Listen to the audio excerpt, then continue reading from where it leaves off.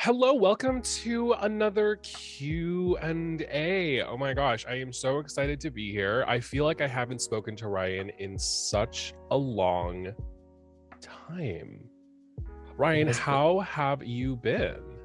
oh man, it's like a repeat of what was it that we were both having a tough month, like April. I feel like it's like circling back all again. So I was just kind of like trying to get back on my feet. But Literally the last 3 months has just been such a weird thing for the both of us. It's been kind of wild. But yeah. yeah, no, I'm good now. I went out partying last night. SF Pride is always the last weekend in June. So I went out to a club last night to DJ set with some friends. So much fun, such good music, such just good energy. And then today, I'm gonna lounge around. I was gonna clean, but I'm just like I have no energy to do anything. And then I leave to Portland to see my boo on Saturday night, so I'll be off Oh work for yay. 10 fucking days, which will be nice. Oh So yay. so things are on the come up.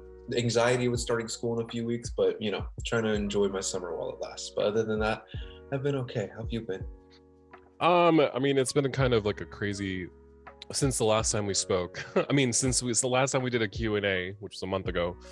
A lot has happened in the last month, and it's been a kind of like a whirlwind of emotions. Like it's been um good and then annoying. I literally like maybe like 4 days ago just tested negative for COVID. I was COVID positive for a week, or yeah, no, about a week. Oh, About 8 days. And thank goodness, thank the gods, old and new, for vaccines, because my symptoms were very, very mild. um I had like a little stiffly nose, like a sniffly nose. I had a very, very like a low grade fever, like 99.1. um no, actually it wasn't even that. It was probably 99.1 for like a couple of hours, and then I didn't have a temperature. I just had like fever symptoms. It was strange. And then I had a cough, but it lasted, maybe my symptoms lasted for maybe for like 3 days, and then like I lost my taste and smell for a couple of days, and then everything was normal. Everything just came back. It was so wild. yeah. I'm so grateful that I was Well, vaccinated. I'm glad you're feeling better. This was your first time getting it too, huh? Out of the whole pandemic. I was really surprised that I managed to go this long without catching it, because I work in healthcare, you know what I mean? So Right, it's like right. it's so easy to catch it, and I think I most likely caught it from work. So Hmm. that's probably what happened, and we're all bound to get it.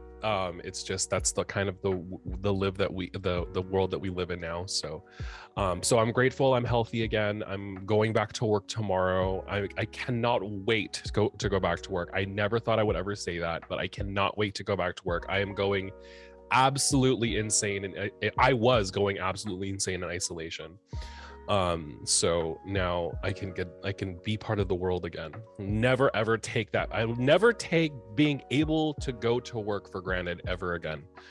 But yeah, and then you know angry for the last 3 days because of the bullshit that um the Supreme Court is doing right Oh now. God, yeah. It's I when the draft was first leaked, I was like hit the ground running. I was so pissed off. Like I was doing all this stuff on Instagram or whatever, and then that happened, and I was just like, I'm just so tired. I can't fucking I don't want to do. I can't stay on social media. Like I can't be on social media right now. Like I can't do it. Like it's giving me so much anxiety. So like there was a Hmm. whole bunch of stuff going on. So June was weird.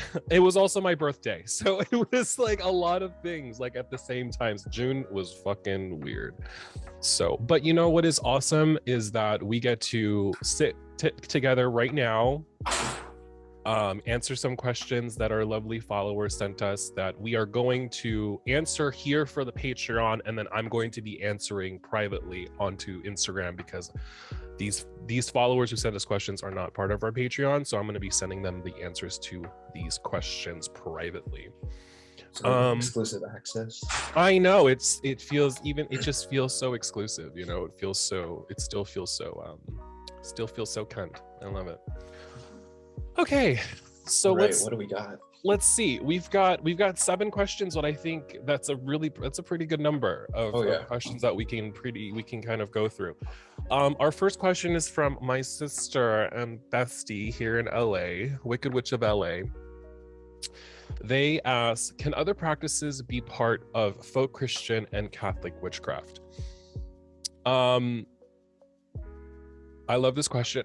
Yeah, it's interesting that Francisco is talking about this, because we've actually spoke about this like in person, about like my opinion. But before I go into it, I've been talking for a while. Why don't you go first? Yeah, I definitely think it can, because again, folk means of the people, and that doesn't mean adhering to a rigid system or rigid tradition. I mean, clearly look at our practices. By our, I mean Fonzie and I's practices of, you're diving more into a bit more excuse me, fuck. You're diving more into, I don't know if it would be necessarily traditional witchcraft, but I mean, getting to know like the devils of the land and conjuring and things of that nature. And the other day for the summer solstice, I lit a candle to the Tagalog deity of the sun and the war, Apolaki. So clearly, these are elements that aren't full Christian or full Catholic, but are either pagan or animistic or come from different pre-colonial traditions and belief systems. So I definitely think it can be incorporated into one another. And I mean, even look at things like our episode with Juju about hoodoo and voodoo and how they were syncretized with Christian beliefs because they either had to blend their beliefs to be accepted or like hide them under the guise of Christian beliefs. So all that to say, I definitely think it can be different aspects of your practice can be blended with folk Christianity and folk Catholicism. It doesn't necessarily have to be, a binary. You don't have to choose one or the other. Yeah, there's a lot of and I'm pretty sure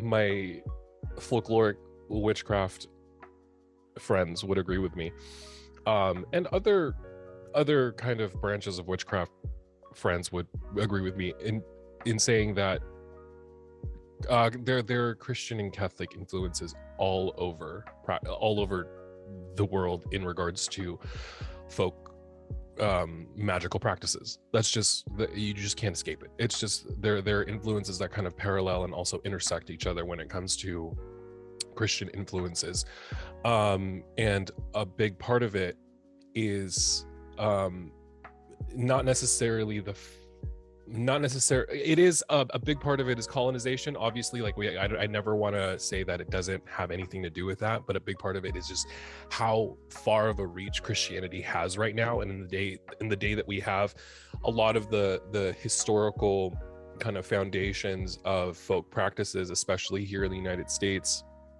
are taken from different parts of the world because we are a melting pot of different cultures. And Christianity has a reach in a lot of parts of the world. So in integrating your Christian / Catholic upbringing into your practice, of course, like that, it makes sense to do that because you already have some sort of connection to that I don't know, practice, I guess, or that kind of mindset. You can. Christianity is not a closed practice. So you are very much allowed to take whatever you want in regards to a folk Christian practice and incorporate it into your witchcraft. Now, you also have to kind of discern in regards to the folks that you're venerating and the things that you're doing in your witchcraft, because I know that I am a folk Christian witch, but there are times where I am a Christian all the time and I am a witch all the time, but sometimes those things don't intersect when I'm practicing, right? They sometimes I put something on the back burner, just because I can't. There are things that I do in my witchcraft that doesn't kind of go well or melt well with my faith, right? So there are times where I have to kind of be careful of what you're doing, right? Because it's like I'm not necessarily going to call upon Michael when I'm working with like the witch father. You know what I mean? That doesn't make any sense. That's exactly what I was going to bring up. I would like to just add on to what you were saying. Like, Yeah, you can blend your practice, but there's things like that. I was literally going to bring up an example with Michael. Like, you're not going to work with a demon with, you know, your altar to Michael lit up in the room, because obviously Michael fucking hates demons. You know, like, you have to understand the cultural differences of what you're working with. yeah, and you know, you just kind of, I mean, also, who the fuck knows? You know what I mean? I just, from what I just think, like, I don't think Michael would vibe well. You know what I mean? And also, I'm also very careful when I work with Michael. Like, I just don't work with Michael just for the sake of it. I'm very careful with my practice with Michael, as well as when I'm conjuring spirits. I also have to be very careful with who can be in the room, you know, when I'm conjuring spirits. Like, for example, when I when I go, I haven't really spoken about this a lot because this is not something that I'm very, you know, it's still not part of my wheelhouse. It's still something that I'm still kind of working with and starting to practice with, and that's working with land spirits, like local land spirits, and conjuring them like out in the woods. I brought Mary with me, and that worked really, really well. That worked well. That was okay, right? But working with a fucking angel in the middle of the woods with, you know, with like the devil, that is something that I have to do more work on. I have to kind of see where they stand with each other, because that could be extremely dangerous. That could be something that could really fuck me over. You know what I mean? Like, I don't know who is going to, you know, who's going to be offended. I don't know who's going to, you know what I mean? Right. So there is a certain amount of discernment that you need to practice when you're doing these things, just like any other practice, just like any other religion, just like any being that you're venerating. You have to be careful. It's not just like, okay, so Christianity is all about love and light. No, that's bullshit. If you practice a folk Catholic, folk Christian faith, you know that this is not a safe practice necessarily, you know. Totally. Okay. All right, so Sherry Lynn asks, thoughts on law of attraction / assumption, useful tool or bullshit? I'm gonna let you answer this question first. Okay, so I've talked many times how my practice started out very metaphysical and new agey, which of course was The Secret and the law of attraction and, you know, all that shit. I think there's a tad of credence behind them, but for you to just operate an entire practice based off the quote unquote law of attraction, I think is bullshit. I'm gonna just be blunt about it. I think it's bullshit. Because there's so much nuance. I think the biggest problem with like the new age movement is like no room for nuance. It's kind of just like people who pressure people to believe in the rule of three, like, oh, if you do this, it's going to come back to you threefold. Like, that's not how it works.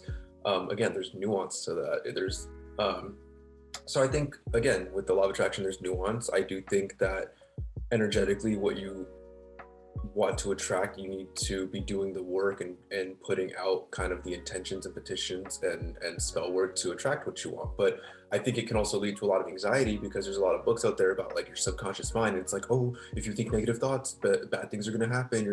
If you think you're going to get in a car accident, then you're going to get in a car accident. And it really just turns into a point of fear mongering and like a really toxic form of positive psychology. Because yes, obviously, if we do our best to think good thoughts and act in good ways, then we'll attract good situations, good people, good habits, so on and so forth.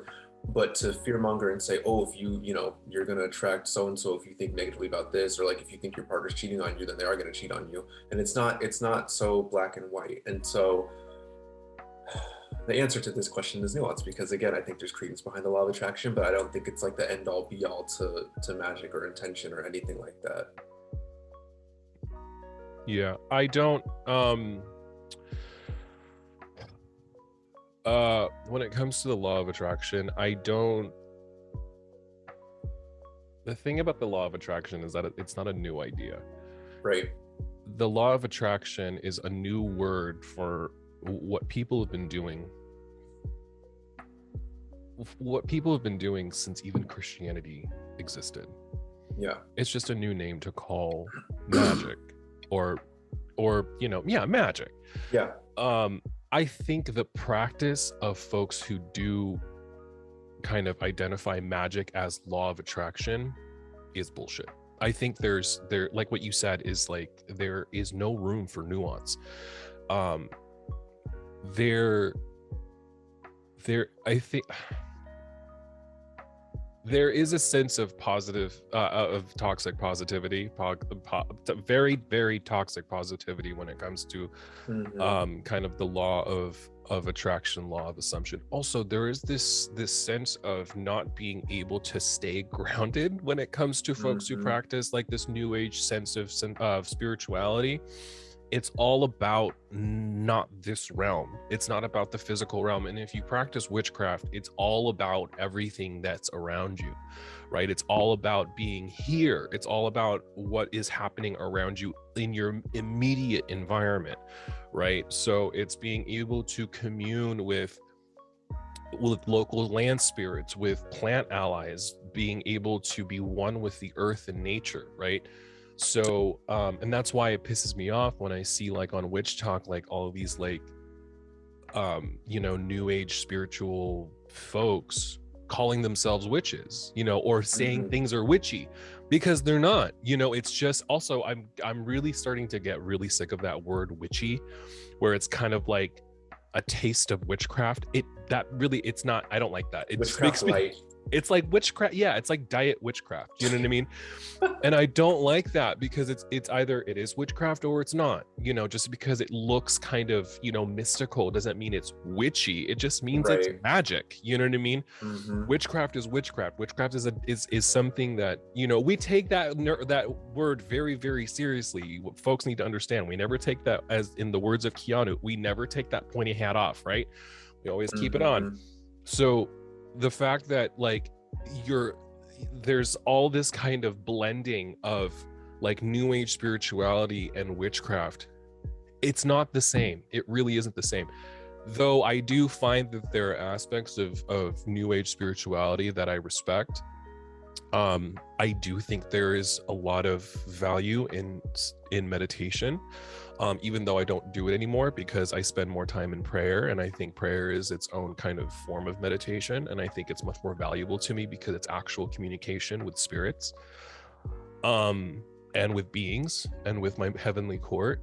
Meditation is communication with yourself, you know what I mean? And I think there is a sort of you know, there's value in that. And I think in my you know, my humble beginnings into spirituality just in general, it was very new agey, you know what I mean? There was a lot of new age factors incorporated into my practice, and I understand a lot of the stuff really did help me kind of progress further into the beautiful person that you see before you today, who practices witchcraft. So there are things that are valuable, but I think also, word of the century, discernment is really, really important. You also have to understand that there is parts of new age spirituality that is rooted in eugenics, and there's things that are rooted in race theory and in supremacy, and knowing that there's a certain branch of folks who do practice new age spirituality who don't believe that everyone is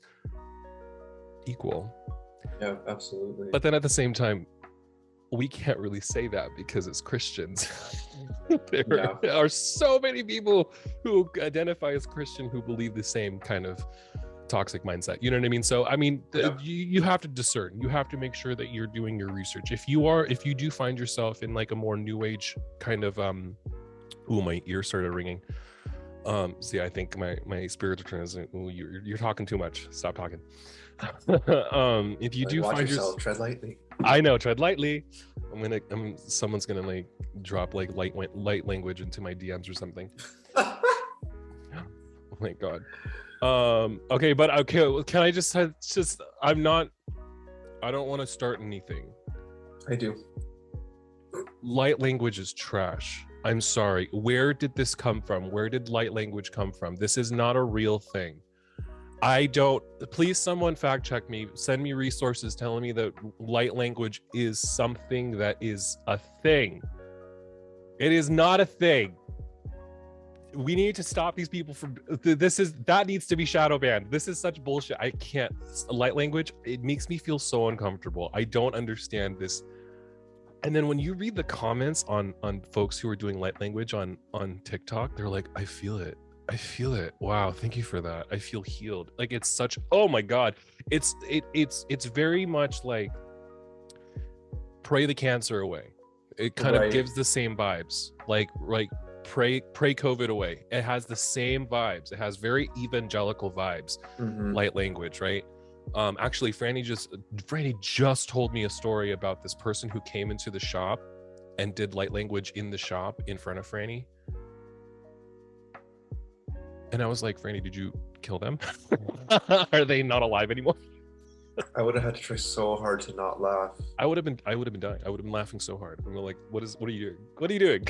Like, I think bullying is okay in certain instances, and with people who do light language, bullying is completely valid. I think actually they didn't grow up bullied enough is what happened. No, I kid. Not really. But anyways. I'm not saying. I'm just touching on that one point though about witchcraft. I have a great live that I did with Austin Banix Bramble where we go into kind of the anthropological roots of the word witchcraft, because as you were saying, Fonzie, a lot of people love to throw that label on things, but it's not necessarily witchcraft. Or you know what I hate? I absolutely hate when people are like, oh, the Catholic Mass, that's witchcraft because they're turning like the bread and wine into body and blood. But it's like, magic, yes. Magic and witchcraft are not synonymous. Like, they are interchangeable, I should say. Like, they blend together and they are synonymous, but they aren't the same thing. The Catholic Mass is magical, but it's not witchcraft. Just like when people will say, I'm trying to think of like maybe a ceremony that a medicine person in an indigenous culture is doing, to be like, oh, what they're doing is witchcraft. No, it's not, because they have their own cultural definition and perception of what witchcraft is. Like, witchcraft is bad to them. What they're doing could be considered magic, yes, but not witchcraft. So magic and witchcraft are two, they're under the same umbrella, but they're not the same thing. Yeah. And so, anyways, y'all can go check out my live with Austin, where he talks about what witchcraft really is and like the actual usage of the word witchcraft, because it's not all. I used to think in the beginning of my New Age practice that like, oh my God, I have crystals, I'm a witch, and now I realize that it's definitely not the case. It's not the case. It's definitely not the case. Just because you have a crystal, guys, it doesn't make you a witch. I'm sorry. The only thing that makes you a witch is if you practice witchcraft. Now that definition changes. I know that the definition is different for everybody, but like there is a general kind of knowledge that we have as witches when it comes to what is actually witchcraft. A big part of it is trafficking and communicating and communing with spirits. That's a big thing. And also being very, very close to your land and being close to what is around you. That is a big part of witchcraft. Absolutely. I also want to touch on what you were saying about the law of attraction. Like, a lot of New Age spirituality and like modern pop culture spirituality, it's all shit that was just capitalized off of by generally white people, which all just stems from old ass occultism and like actual spiritual practices that have just been commodified and capitalized upon. Because like the law of attraction, I could be wrong, so please correct me all if I am, but I'm pretty sure it just stems from like really old age like hermetic principles. If you ever look up like the principles of hermeticism, like the law of attraction kind of falls under, I don't know if they call it the law of attraction, but it basically falls under the same kind of usage and definition. But yeah, a lot of stuff that's just capitalized upon that you see published by like, not to say these publishers are bad by any means, but a lot of like modern witchcraft and quote unquote witchcraft and like spirituality books are just commodified versions of old age occult wisdom. Well, I also know that there's a lot of new age aspects of current modern new age spirituality that was taken from very, very old Eastern traditions. So there's a lot of very, very not Asian and Eastern folks taking those practices from Buddhism, Hinduism, and putting it into their practices. Yoga, like it's such a, and then the idea of karma, you know what I mean? It's like, there's a lot of things that have been stolen and bastardized and turned into something else. So that's why it's really, really important that you need to discern. So when you talk about so thoughts on law of attraction and whether it's a useful tool and bullshit, it's both. You have to understand what is useful and what isn't, right? You have to discern. I don't think it's one or the other. It's both. Just like there are aspects of witchcraft that folks put online that can either be a useful tool or bullshit, because a lot of those things are also stolen from other cultures. How many times have you seen, like we just had an episode with Juju about hoodoo? How many times have you seen a charm bag that, you know, isn't actually a charm bag, but is actually stolen from a hoodoo practice, right? Or like a spell jar that is actually not a spell jar. It is taken from African American magical practices. You know what I mean? So it's like you have to see where your practice, also what you do inside your little, you know, altar. Sure, whatever. But when you put it online or you start profiting off of it, that's where we have this is where we have an issue, right? So anyways. I think we've covered this question for Yeah. in depth. Yeah. Yes, but we're also very passionate about it. Okay, Ange29, so fine. I love that handle. Ange29, so fine. Found a dead mouse in my altar water. Do you think it's an omen? Okay, so I want to bring up something that I learned from one of my teachers. I, for the longest time, thought that if you place a glass of water on an altar to your ancestors, to a deity, to a spirit, and something happens to it, that it always has to be a sign. But what I was taught by them, which actually makes more sense, is not a sign unless you're asking them for a sign. Right. So unless you're, because what you could put your water out and find a fly in it, and that could just because you left your window open or you had trash in the house. That doesn't automatically mean your fucking spirit or deity is out to get you or that you're in trouble. Now, if you're asking your spirit for a sign, like, hey, are you upset with me? Are you pissed off at me? And then the next morning you found that rat in your altar water, okay, then yeah, you should pay notice to that. Now, I can't speak on this experience because one, I don't know if you ask that spirit or deity for a sign. A rat, I do feel like is pretty, I don't know where you live or your environment. I don't have rats in my place. And so I feel like if that happened, I would take that as a sign just because that's never happened for this me. one's a mouse. It was a mouse. Yeah, well, still, I don't have those rodents around my neighborhood or where, at least in my. Oh my gosh, Ryan is very affluent. They don't have mice. No, we get ants. We get ants a lot, and they piss me the fuck off. But if I were to wake up and see a mouse in one of my ultra waters, I would probably consider that like something, just because that's 3 years I've been living in this house. That's never happened. I've never seen a mouse. So I'm like, okay, something might be up. But for the most part, 99% of the time, unless you're specifically asking for a sign, I wouldn't just automatically interpret it as an omen. Also, you have to consider things happening before and after that happened. Did you realize that afterwards of finding that mouse in your water that you kind of had some strange things happening beforehand and strange things happening after discovering it? Because then you kind of have to connect the dots. Whereas if it's just that kind of one and done instance of, oh no, there's a mouse in my altar water, but nothing leading up to it and nothing really happening after, probably not a sign. Yeah. I want to talk about signs real quick because signs, we've kind of talked about this before. I mean, this has been a discussion on Instagram and TikTok about like, look for the signs. Take a like when you see a sign, that something that you think is a sign, like take a break for a second.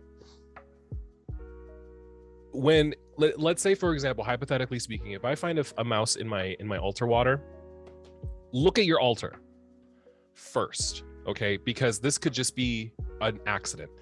Because do you have food offerings on your altar? Look at your food offerings. Do your food offerings look like a mouse like picked at it or ate some of it, right? Because mice coming onto your altar, eating the food, seeing that there's water, took a drink of water, fell into the cup, drowned. Okay, that doesn't seem like a sign. That just seems like biology. That's just a mouse trying to survive, right? Right. So it's the circle of life. And I would go as far to say it's like, okay, maybe this kind of maybe wasn't supposed to happen in regards to like you wanting a sign. Like finding a dead animal on your altar isn't a nice thing to find. But like turn it around and say, oh my gosh, there's a mouse here. Venerate the life of that mouse, like kind of respect the idea that the mouse died in a very sacred space, right? So like give it a proper burial. That's something that you can kind of turn it on its head. And then if you think it's a sign, you have to ask for consistency. So like if this is a sign, do your work, do your divination, ask for more, ask for something specific.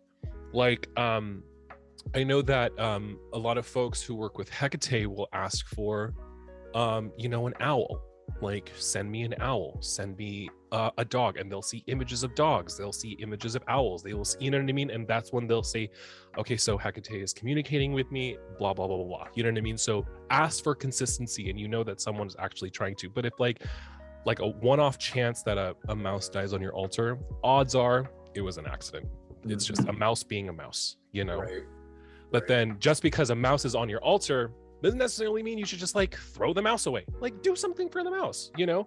You're, like I said, the mouse died in the most sacred space in your home, you know. So make it sacred, you know. Let like venerate that mouse and, like, you know, honor that mouse in a way, because that mouse has a spirit. Now that mouse's spirit is part of your you know, your space. So use it, you know. Is it an omen? Probably not. Probably not it's probably not an omen. Omen for what? It probably isn't one. So you know, an omen that you got to get pest control. Right. Or, you know, it's totally okay. This is something that I personally do, because I just don't want to, you know, I don't want to attract pests. I don't want to attract like flies and stuff like that. It's totally fine to put your offerings on your altar and cover it in plastic. You can do that. It also protects your you know, your furry pets. You know, you can cover it in plastic and then, like, you know, take the plastic off whenever you're working at your altar. You're totally okay with doing it. You don't have to keep it open all the time, because, you know, that's not very practical. So cover it in plastic so, you know, things stay away. And having it Go ahead. Having it on your altar is just enough. Spirits are not, you know, stopped by plastic. They know how to get around those things. You know, they can still get their offerings. They know how to take saran wrap off. You know what I mean? Just put the saran wrap on it, you know? I was going to say, definitely something I take for granted is being able to leave like offerings just fully on a plate or bowl on my altars, because I don't have any animals at my place right now. But I know when I move somewhere with my partner or wherever, I want a cat. And so you know how cats are, both with altar waters and just food that lays around. So my idea was maybe putting it in like a mason jar or something. So again, like you were saying, because the cat will get through the saran wrap easy peasy. But wait, I'm going to stop you for 1 second. Is your mic on? Yeah. Okay, it feels really hollow. Do you want to bring your mic a little bit closer to your face? It sounds really hollow. Here, let me turn the gain up. How about now? That's a little bit better, I think. How about now? I think it might just be Zoom, honestly. Okay. It's fine. Keep going. Sorry. Yeah, no, you're good. I was just saying that, like, even just putting it in a mason jar, so at least it's in like a safe sealed container, because that's a lot harder for a cat to get into, other than just like covering it in aluminum foil or saran wrap. So definitely don't take for granted living without furry friends, because the amount of things you're able to do, whether that's burning incense or doing flower offerings or leaving food out, can't always do that. So and like you said, Fonzie, it's the spiritual essence of the offering you're placing. It's not a matter of like, oh no, it's in saran wrap, the spirit can't get to it, because I'm pretty sure a little bit of plastic's not going to keep them from getting what they want. They'll be fine. If you cover it in saran wrap, they'll be fine. Go ahead and do it. It's totally fine. Also, I have an ancestor altar that I give to my great grandfather, and I offer him fish. Okay, because, you know, fish is a big thing in the Philippines. I'm not going to leave fish out to just sit on my altar. That's disgusting. You know what I mean? So like, I'm gonna cover it in plastic. It doesn't make any sense. So cover your offerings with plastic. That's totally fine. I think what I do think is I need to be able to see it, right? So don't cover it in aluminum foil, because I can't see the offering. So just cover it in like saran wrap. I think that's fine. Yeah. All right. Next question. I don't know if I'm pronouncing this right. The Monja Blanca or Monja maybe? The Monja Blanca or the Monja Blanca. Sorry about that. Would love to hear about ancestor. Oh my God. Would love to hear about ancestor work more on the podcast maybe. Oh, totally. Okay. That's interesting, because I just mentioned my ancestors. Yes, absolutely. Especially now that I'm actually practicing and working with my ancestor. That is definitely something that we can talk about. Do you have any like experience with working with ancestors? Yeah, it's funny. Actually, I started my ancestral veneration practice shortly after devoting and building a relationship with Santa Muerte. So it was actually a relationship with her before I even started my ancestral veneration practice. And I quite distinctly remember there's a website called Patheos, and J. Ellen Cross, aka Oregon Wood Witch, has an article there about building an ancestor altar and starting your ancestral veneration practice. And that's what I used to kind of build and start my practice at first. And it takes a lot of time, it takes a lot of dedication. You're not always going to get signs right away, and before you even start to ask them for stuff, you should really spend months, if not at least like a year, just simply giving them offerings, devotion, time, and prayer, just like you kind of would with any spirit or deity that you're trying to get like a building working relationship with. But the miracles and synchronicities that have happened in my life and continue to happen ever since I have started an ancestral veneration practice is absolutely astounding. There's too many to kind of count or list, but and this is also just to mention that if you're adopted or you don't really have knowledge of your ancestors, that's totally fine. You can still build and develop an ancestral veneration practice. I highly recommend reading the book Honoring Your Ancestors by Mallory Vaudois. It is absolutely fantastic. I've yet to finish it. I always get like near the end and then restart reading it, but I highly recommend that book. It teaches you how to build an ancestor altar, how to start venerating your ancestors, how to even do spell work with your ancestors, even just how to do basic spiritual hygiene with yourself and your ancestors.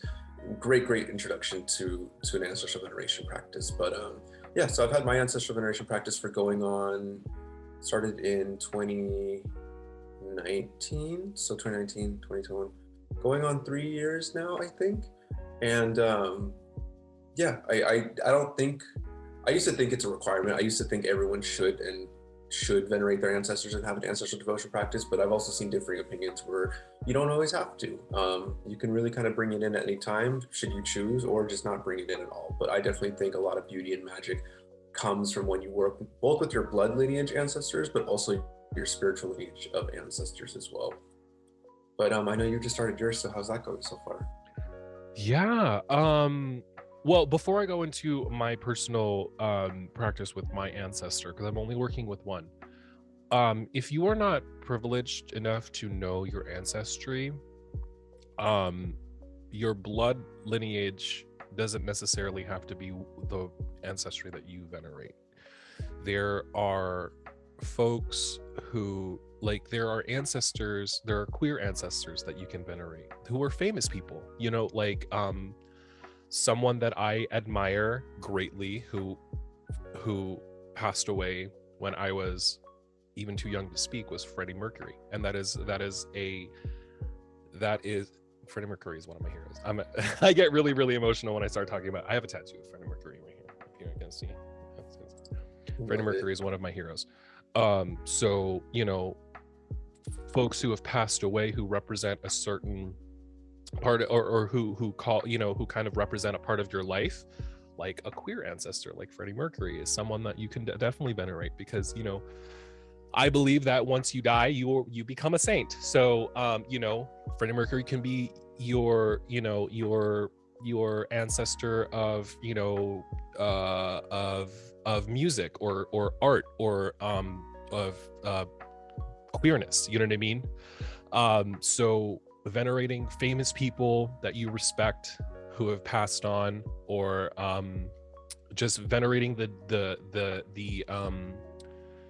land that you come from, right? The people that you belong to, right? So like, you know, Filipino ancestry for me would be something that I would, you know, explore. You know, folks, you know, indigenous tribes from where you come from is an interesting thing to kind of do your research on. And also, we have all of these like ancestry.com things that you can always try to utilize to kind of see where your lineage comes from. And also, you also don't have to. You don't have to venerate your ancestors if you don't feel like you can. You know, if it's just too hard, there are other spirits who are willing to help you. Just like what Ryan said, I'm just kind of echoing what Ryan said in regards to, if you don't know what your ancestry is. I am privileged and blessed to know what my ancestry is. I have I have family members who are very diligent in recording our lineage, like all the way to like 1800s, 1700s Spain. Like I have a very long lineage in like Europe. So I'm blessed to know those things. So I didn't take the time to like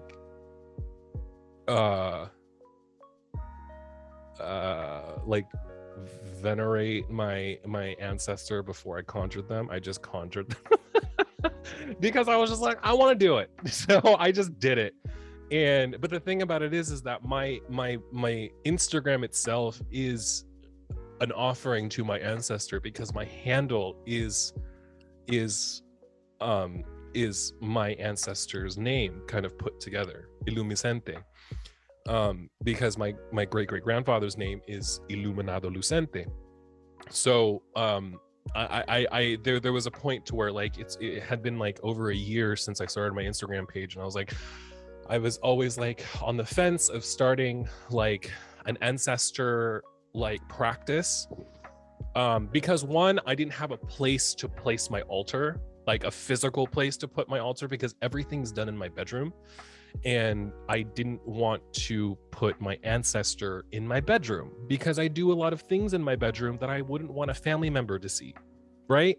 So I always kind of saw it that way, where it's like in my bedroom, like even in my bedroom with the family members that I have around me, like alive, like I wouldn't want them just like, even if I'm not doing anything that's adult, like I wouldn't want them to just come in and like sit on my bed and just like be in there, you know what I mean? That's just kind of how I saw it. So I had to kind of figure out a way to know that, or for them to know, like, you are only invited, or you are only permitted to be in this space when A, B, and C is happening. So if you don't have like a space that's outside of your, you know, your private bed, like your bedroom, your private quarters, and you want to do like an ancestor space, what I do in my practice is I set my boundaries, and I let them know that only when this candle is lit and you can see your picture are you allowed to be in my space with me. So I have a picture of my great-great-grandfather, and when he's not allowed to be in my space, I turn the picture backwards so it's facing the wall, and his novena candle is not lit. But when he is allowed to be in here, I turn his picture around, I place offerings, and I light the candle. And that's when I sit and I pray, and I conjure my ancestor. I actually call upon them. And this is me building a relationship with them, where I actually sit with them, I have coffee with them, I have meals with him. So I build that relationship. I have not yet asked them for anything because it's not the time. I'm still cultivating a relationship with them. We have never met. He died in like the 40s. Like he died very, very long time ago. We have never met each other in person. So we still have to kind of cultivate that relationship with each other. So the best way in my culture to cultivate relationships is sitting and having coffee, or sitting and having a meal with each other and communicating with each other and praying with each other. So so far it's going pretty good. I'm really getting a lot of good stuff out of it. I'm learning a lot of things about myself, and kind of developing. I think the thing that I'm really grateful for is I'm developing my ability to conjure spirits, because there are techniques and things that I'm doing that are just coming to me. They're just like, do this and see how this works, and everything is lining up pretty well, with the help of my friend Francisco, who is an incredible conjurer. I'm developing a really good practice in regards to working with my ancestor, and it's going really well. It's going really well. I like it. Definitely, we'll have to do a whole episode on that for sure. Yes, I agree. Ancestor work is very powerful. Okay, next question is Goo Goo Doll. What are some of your favorite books? I'm gonna go ahead and say, I'm gonna turn this around and say this is probably a question about occult books. Right now, I don't have a favorite book. That's not something that really happens, because I get something from everything that I read. I can tell you books that I don't like. That's probably a better thing to really. I think a lot of the books that I don't like is not because there's anything really inherently wrong with them. It's just like I'm past it. Right. Like a lot of the books now, excuse me, a lot of the books now are, it's a lot of it's like witchcraft 101. It's very, you know, it's very rudimentary, and that's totally okay. But like there's a lot of things that I'm just kind of seeing over and over and over and over again, so I just kind of have to skip over it. But still to this day, Of Blood and Bones is still one of my favorite books. I still rave about it.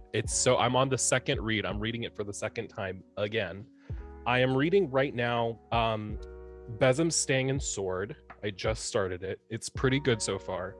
I just picked up Southern Cunning by Aaron Oberon, and I'm halfway through. It's fantastic. I don't know if you've ever read it, but Aaron is an incredible writer.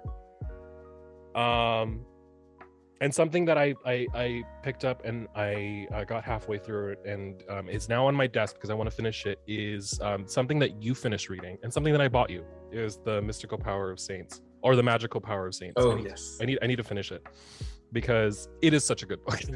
It's such a good book.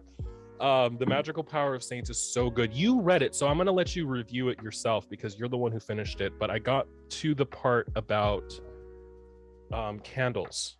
No, was it candles? Yeah, working with candles, chapter 4.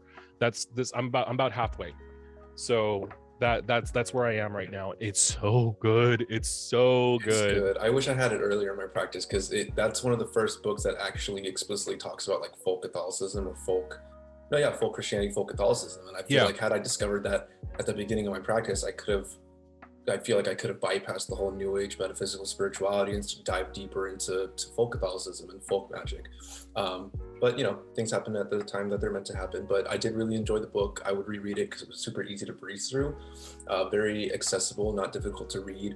The first chapter is so you can breeze through because it's mainly just reference information for like the saints and what they relate to. And obviously reading through that, you're not going to retain every single saint and date and all that shit. So, I kind of breezed past that to all like the more denser information, like you said, like the candle magic. And it's been a minute since I read it, so I don't remember everything he talks about, but just like working with saints, ancestors. I like the chapter on where he talks about what different types of novena candles there are, because a lot of the time that someone may go to a botanica or spiritual store, you're going to see rows and rows of novena candles and not know what they mean. Like what's mahocho, what's the garlic candle for, or what's gallina negra, the black hen for? Like, you know, you're generally, you can always ask the botanica store owner, they'll be able to help you. But it was nice to be able to read that book and even discover the purposes of some candles that I didn't realize what they could be used for. The book is definitely heavy on candle magic for sure. Yes, but, it's very heavy, yeah. But I loved it. I really enjoyed that book. Yeah, it's like 70 pages just on candle magic. No, it's even more. It's like over 100 pages just on working with candles. It's 2 chapters devoted just to candle magic. And then there's a chapter about Psalms. There's a chapter about honoring the ancestors and the dead. Ancestors and the dead. Like that is so important when working, if you practice witchcraft, honoring the dead. That is something. Necromancy is I would say, I don't know if this is something that everyone would agree with, but I think working with the dead is integral in practicing witchcraft. I think and working with the saints is necromancy because they're dead spirits. Yes, that's exactly right. You're exactly right. The mystical novena, becoming a diviner priest or priestess. Yeah, it's such a good book. Like I want to cry how good this book is. And then like working these 2 books at the same time. These 2 books, I will never stop. They need to start paying me for all the promos I do. Seriously, you guys, I'm not fucking with you. I bought this book like, I don't know, the ending, like the end of last year, and it's like it's a good book. I actually fucked up the binding. 2 of the pages came out. Oh my god. Like it's so worn, dude. Let me look, see? Jesus Christ. I love this book so much. I love this book so much. I'm telling you, I fucked the binding up. So I mean, that's how much I read it. I love this book so much. It's so good. I really got to work through it more because I remember when I originally got it. I think it was the first time I went to Portland I know. earlier in this year because I had tagged you in it. And it was before Holy Week, I think, because that's when we were going to talk a little bit about Baneful Magic. But yeah, and I still need to work my way through it. I mean, I've enjoyed the first chapter, which I've read, but it's definitely some Very good good. shit. Very And good. again, like touching on how earlier we always mention how it's so popular to hear like love and light and avoid baneful work, don't hex, don't curse, because it's going to come back to you. But no, like the thing about being an actual witch and not like an Instagram pop culture witch is the fact that you have to know how to work both sides of the spectrum, both quote unquote light magic and quote unquote dark magic. You have to know how to work the baneful so you can work the benefic, you know? And it's also, even if you're not going to practice baneful magic, which you're totally entitled not to, you need to understand the mechanics of it because it helps you identify how to remove it, or it helps you know how to identify it and recognize it. And then two, if you know how it was placed or how it was worked and the mechanics of it, then three, you know how to cure, heal it, and remove it. So again, you don't have to practice baneful magic, but you should at least read it so you can be aware of these things and know how to deal with it. You're gonna get a novena candle just covered in soot and black and gross. Love and light's not gonna fix that, sis. I'm sorry. Mm-hmm. Love and light's not gonna fix. If someone lays work on you, love and light is not gonna work. You gotta be able to throw it back at them. You know what I mean? Also, that just means that your protections are fucked. Like your wards need to be revisited if you even have them. Right. And what were you gonna say? You're gonna say something? I was just gonna say I don't even see reversing stuff that was sent to you as baneful. I just see that more as like justice work because it was never your energy to begin with. Like if I throw a curse at you, Fonzie, and you send it back to me, that's not baneful. That's just you throwing something back that was never yours. No. What I'm saying is that you need to be able to recognize that baneful work being thrown at you. So I was just kind of saying what you were saying is like you need to know when someone is being baneful towards you. But some people see that as baneful just to throw it back instead of just like getting that's protection. That's just being able to protect yourself, and that isn't baneful. You're right. It's like just throwing something back at them like a reversal spell or like a return to sender. That's protection. You know what I mean? You need to be able to recognize it first to be able to do something about it, right? If someone leaves dog shit on your doorstep, you giving it back to them isn't hurting anybody. That's just like, oh, this is yours, I'm just gonna give that back to you. Yeah. Oh, you left this on my doorstep, this is yours. Okay.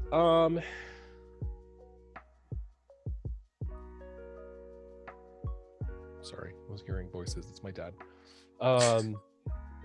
Isoon, I want to say Isoon or Isoon 96 says, ever worked with Saint Dymphna? How do you pronounce this saint's name? Dymphna? Dymphna. Yeah. Dymphna. So, okay, thank you. Have you ever worked with Saint Dymphna? This is interesting because we actually privately just spoke about this. I work in mental health and I am interested in working with her. I haven't worked with her. I know she's a patron of mental health issues and things like that, but I personally don't work with her. When I suffer any ailment, be it physical, mental or emotional or psychological, whatever, spiritual, Saint Raphael is the one I usually turn to, just because he's pretty much the only archangel I have, or angel in general, that I have a super close relationship with. No shade to my guardian angel, that's still a work in progress. But I haven't really worked with saints for healing just quite yet, other than like quote unquote Saint Raphael the Archangel. Although Saint Padre Pio was on my list because he has been somewhat showing up lately, so that will be someone I touch on later. But to answer the question, no, I have not personally worked with Saint Dymphna. Yeah. So just not specifically with Saint Dymphna, just in general with someone who does bring their saints to work, me, you have to be very careful when bringing your practice into your workplace, especially if you're working with other people, because you're technically laying work on other people. If this is what you're thinking of doing, okay, I don't know if this is what you're thinking of doing. If you are working in mental health, especially with mental health, you have to tread very, very lightly. I don't know what job you do. I don't know if you're a psychiatrist or a psychologist.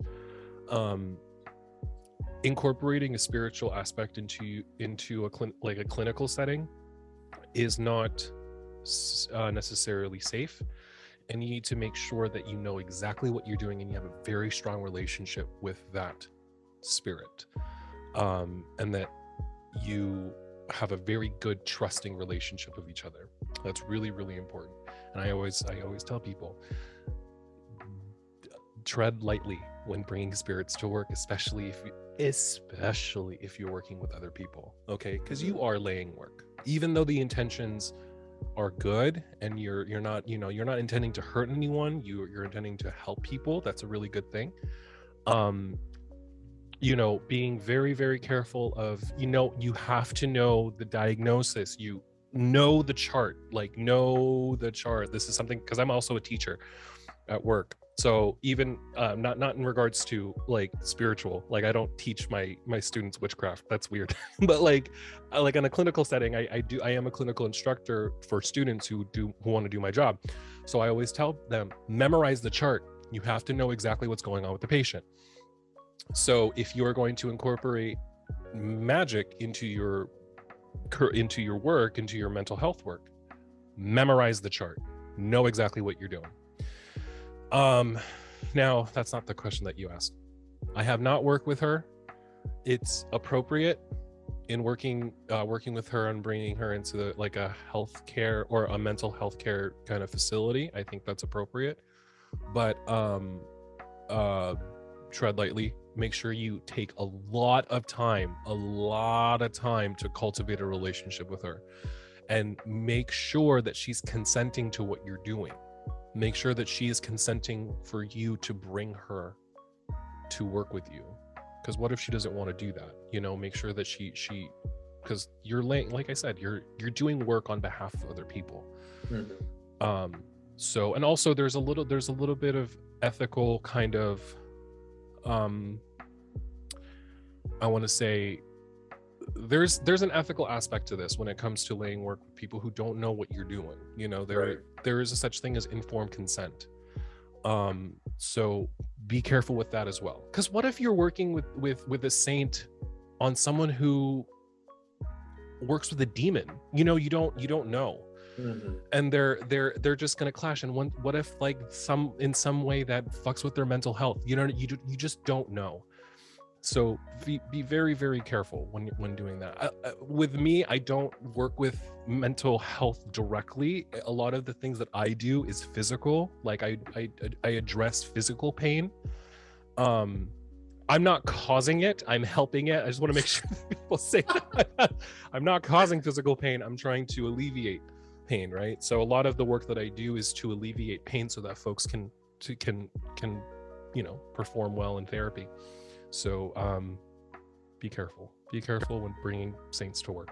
I would say ask the saint to help you do your job better rather than trying to intercede on behalf of the client before asking them to intercede on behalf of the client. I was reading either a book or a occult pamphlet, and it was about Saint Raphael, the archangel, and it was saying how there was actually a pretty famous psychologist or psychiatrist who, before they would see patients, would pray and work with Saint Raphael the archangel to help grant them the discernment of like, what's the best treatment plan for this client? Like, how can I best help this client? So in this instance, it's not asking Archangel Raphael to heal the client, but rather intercede on your behalf to figure out how best to help that client. And in a sense, you're still providing that healing and those needs for that client without directly affecting like their free will.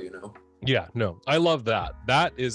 Do that. That's good. I like that a lot. You know what I mean? Because you're still working with the spirit at work, but you're not laying work on other people. I like that. Right. Clients are not your guinea pigs. That's right. They are not. Well, unless you want to, but no, but at the same time, you don't, if you know what you're fucking doing, because like I said, I've been doing this for a long time. I never really treated my patients as a guinea pig. I did it on myself first. Right. Because there are times where I do have, a chronic issue with insomnia, and I have a chronic issue with back pain, and I have a chronic issue with a lot of stuff. So I worked on myself first before I actually incorporated into, and they're very, very, very, very passive. It's very passive magic. It's very like I do really quick sigils on my hand to to alleviate pain in a certain body part or body area. It's like if like they're having pain in their shoulder, I do like a quick like sigil on my hand, and then I'll do something that's actually clinical, like a like soft tissue manipulation, which is a fancy way to saying massage. So I'll do soft tissue manipulation with a sigil in my hand, so I'm incorporating a little bit of magic into something that is actually evidence-based, you know. So, you know, tread lightly, know where your place is when it comes to that. Right. All right, our last question is from a friend of ours, Hermetic Arts. Love the fucking king of sigils. If y'all need a fucking sigil, go to hermetic.arts on Instagram, because they got a sigil for everything. How do you both respond to fellow Christians who condemn your practice? I never encounter them because I know who to and who not to open up to about my practice. So I don't, when I go to Catholic church, whether that's just to pray on my own accord or I'm attending mass, I remove my mal de ojo bracelet, which has Santa Muerte on it. I make sure my pendant's hidden. I don't wear a pentacle. Like, basically, I hide any aspect that could give away that I'm a witch, because one, I'm not trying to get excommunicated from the church, because I like to go to mass for magical purposes and go there and pray and stuff. And two, like, you don't know who you can really trust. Like, if there's a Christian that you know that like is cool with witchcraft, like it's going to be pretty self-evident. If it's not self-evident that they're like down with the craft, then chances are you don't need to be telling them, because maybe I've encountered them online, but just in person, like, I know who to hide my craft from and who I can feel comfortable sharing it with. Now online, I have had people, I remember, oh my God, I had to remove this hashtag because it fucking blew up. I remember it was a book review about either Magia Invoking Mexican Magic or their second book, Blood of Brujeria. It was one of the two. And I think I had tagged it like Catholic witchcraft or Catholicism or something like that, and like there were so many people hopping in the comments like, this is witchcraft, you're gonna go to hell, you're not supposed to be doing this, like a real Catholic, a real Christian shouldn't be practicing this stuff, this is evil, the devil, da da da da. And I was just like, I'm not going to engage, because you're not even going to be open to the education and alternate perspective to even learn the difference. So I'm just going to step back and let you simmer in your own pot. But that's my answer to that question. I know who to engage with and who not to engage with. Yeah. I don't, I never put Catholicism, like hashtag Catholicism, never. Hashtag Christianity, never. Like, that is something that I never, excuse me. Look, it's God telling me to shut the fuck up. Those that is just, you're asking for it. You're just asking for it. So any of my folk Catholic, folk Christian friends out there who are also content creators, keep away from those hashtags, because that invites a lot of yucky stuff. It's interesting. I don't get a lot of flack from Christians. I get more flack from witches. I get more flack from like, Christian, fuck you. You know what I mean? It's like a lot of that. So I mean, the several, I want to say like at the beginning of the year, we had this kind of thing with a certain occultist who shall not be named, but happened to be a Thalamite. And it's not the one that everyone knows. It's not fucking I don't even want to say her name. Fucking GR. Yeah, GR. That's good. It's not. It wasn't her. It was somebody else who actually is associated with her in some way. They don't like each other either. It was another Thalamite. Who that was fun. Like, that was actually fun. That was drama. Oh my God. Oh my God. Because they literally said they used our name. They used our name. Not even our name. They used the podcast name. I'm just like. And then also tried to say we were white. Yeah. They assumed that we were white. They assumed that we were white, and they were white. They're Italian or some shit.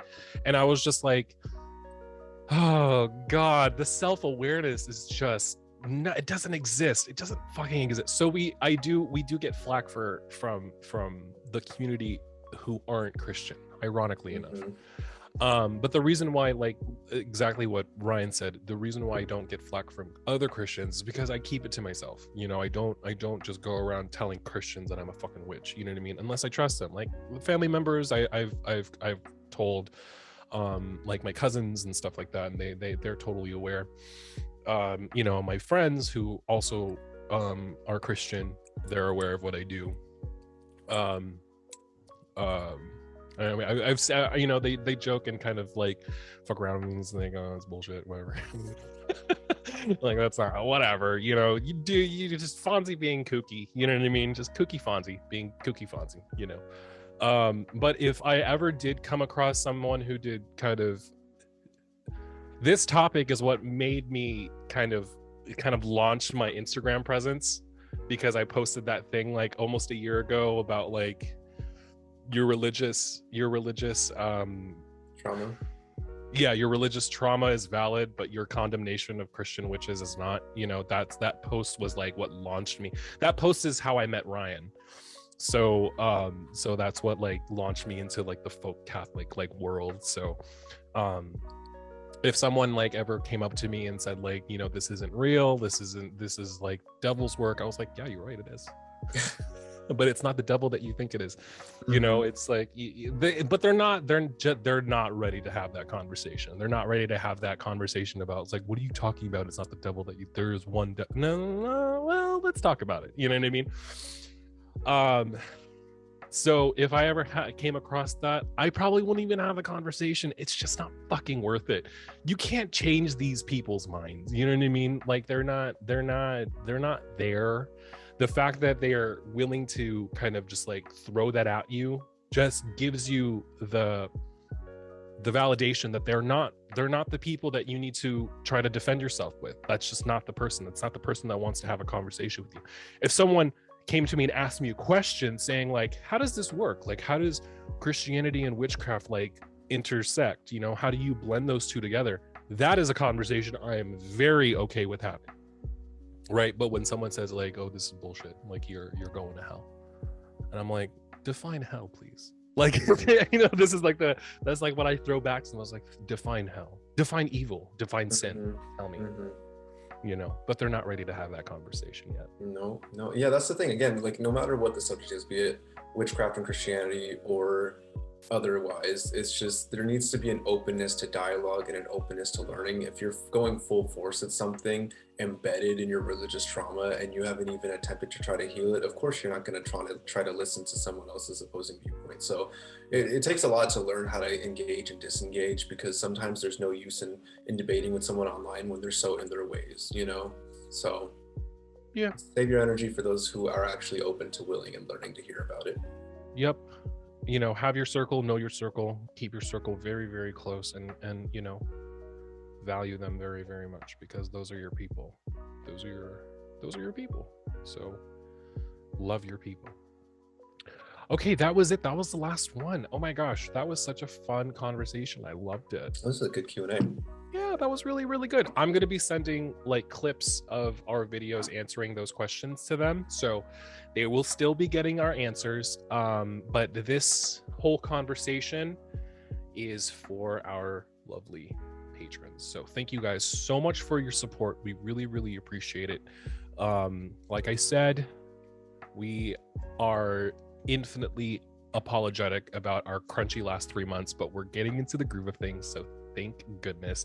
I didn't tell Ryan this, but the next 3 episodes, which were sin, spiritual materialism, and the most recent one we recorded,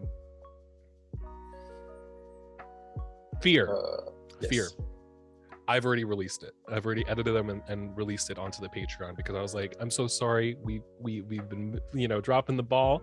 Here is really early access to, like, because these episodes are not going to be available for another like month and a half. So there's some content for y'all to consume. And then spell kits, spell boxes, they're going to be coming.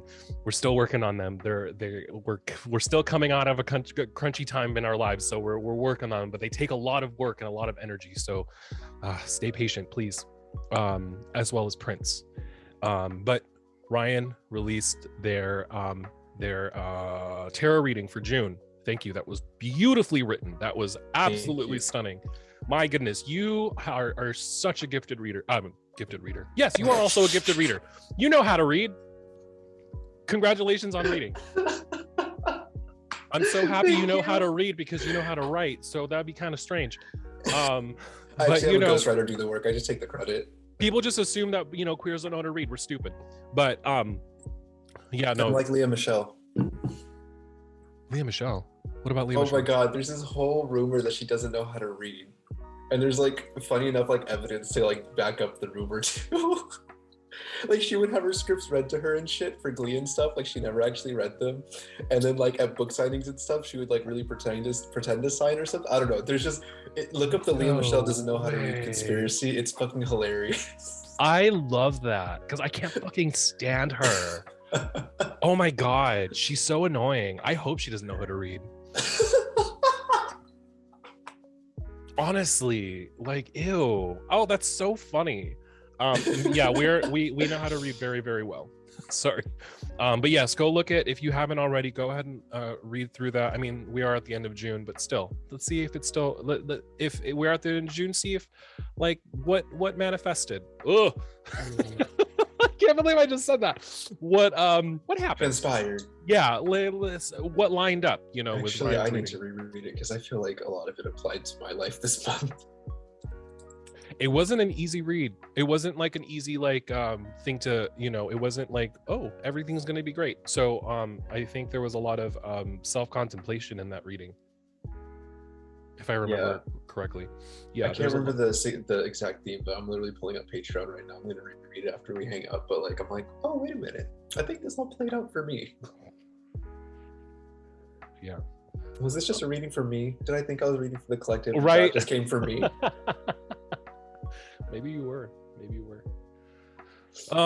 So yeah, thank y'all so very, very much. We are going to be having our next Rosary Circle next Sunday, which will be July 3rd, which will be our first which is the first Sunday, which is what we always do. I don't know why I'm saying that like it's a surprise, but our next Rosary Circle will be on July 3rd, which is a week from today.